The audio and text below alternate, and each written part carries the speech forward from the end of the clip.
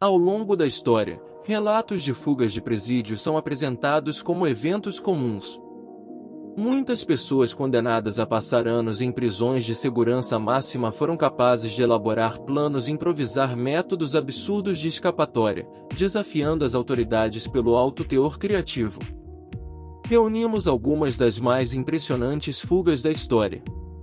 Mesmo sem computadores, os prisioneiros colocaram em prática o poder de improvisação para enganar os policiais e agentes carcerários.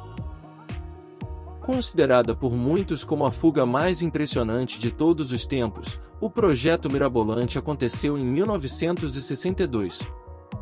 Frank Morris, Clarence Anglin e John Anglin, 3 prisioneiros de uma das cadeias mais seguras do mundo, que ficava na ilha isolada de Alcatraz, para impedir que qualquer um conseguisse escapar, levaram meses para colocar os planos em prática, mas supostamente conseguiram atingir o objetivo.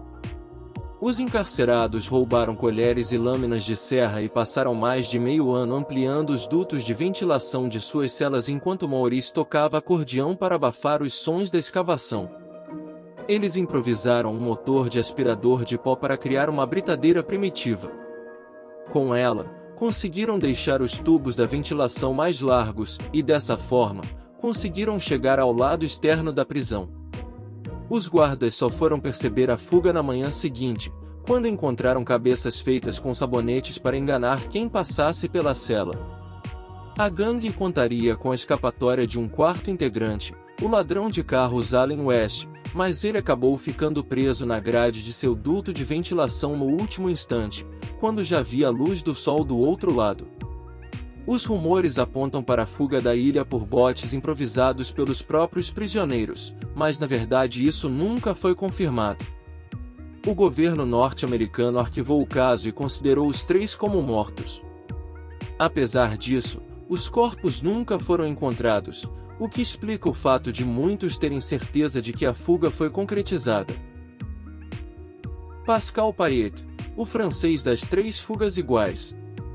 Imagine um prisioneiro que conseguiu realizar 3 fugas idênticas. Pascal Payet, um prisioneiro que havia sido condenado a 30 anos de cadeia por assassinato.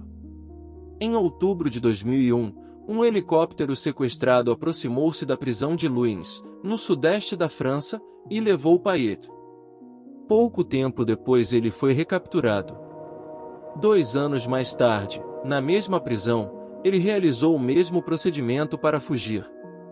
Dessa vez, levou 3 companheiros de cadeia com ele, Frank Perleto, Eric Alboril e Michel Valero.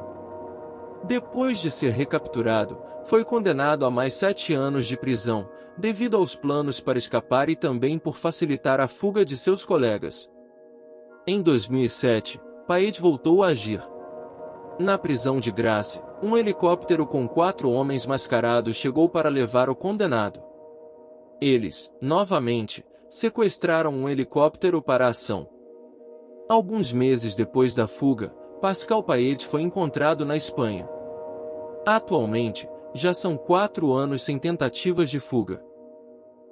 Lester Eubans. Sentenciado por assassinato em primeiro grau e condenado à morte em 25 de maio de 1966 por estuprar e assassinar uma menina de 14 anos, Lester Eubans foi um cidadão exemplar durante seus 7 anos na cadeia, o que lhe rendeu uma licença para fazer compras no Great Southern Shopping Center de Ohio, nos Estados Unidos, em 1973. Porém, aquele dia foi o último que as autoridades da prisão viram o criminoso. Dado como fugitivo e procurado vorazmente desde a década de 1990, quase 20 anos depois da fuga, Eubans, que hoje deve ter cerca de 70 anos, nunca foi capturado. Segundo pistas, ele chegou a trabalhar em Los Angeles como zelador de hospital e empregado de fábrica de colchões de água, mas seu paradeiro é totalmente desconhecido. O Texas é um dos estados norte-americanos com as leis mais rígidas. Para o azar de Joseph Garcia, Randy Alprin, Leury Harper, Patrick Murphy Jr., Donald Nevory, George Rivas e Michael Rodrigues, foi lá que eles foram presos. Os 7 foram detidos por razões diversas, mas tiveram um ponto em comum: a tentativa de fuga mais audaciosa já vista. Com planos muito bem elaborados, os 7 conseguiram render 9 civis responsáveis pela manutenção da prisão, 4 oficiais de carceragem e 3 outros detentos. Eles roubaram roupas, identificações e cartões de crédito das vítimas, tudo para que fosse possível passar despercebidos pelas portarias da prisão. Para despistar possíveis informações vazadas às centrais policiais, utilizaram telefones e se passaram por agentes para dizer que estava tudo certo no centro penal. Depois disso, se dividiram em 2 grupos e roubaram muitas armas que estavam guardadas. Em seguida, roubaram também uma caminhonete e fugiram da prisão. Os 7 fugitivos foram recapturados pouco depois da fuga. 2 deles já estão mortos. Larry Harper cometeu suicídio durante a negociação com a polícia e Michael Rodrigues foi executado em 2008. Todos os outros ainda estão no corredor da morte aguardando a injeção letal.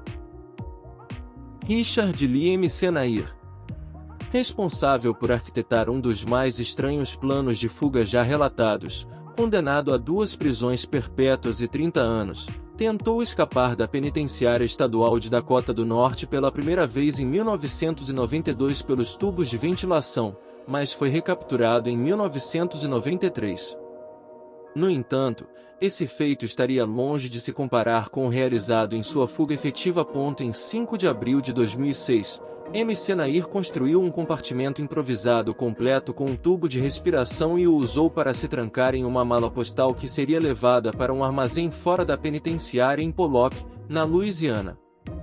Quando o pessoal dos Correios se afastou, o presidiário aproveitou para escapar às pressas e conseguiu ficar em liberdade até 2007, quando foi preso novamente por dirigir um veículo roubado.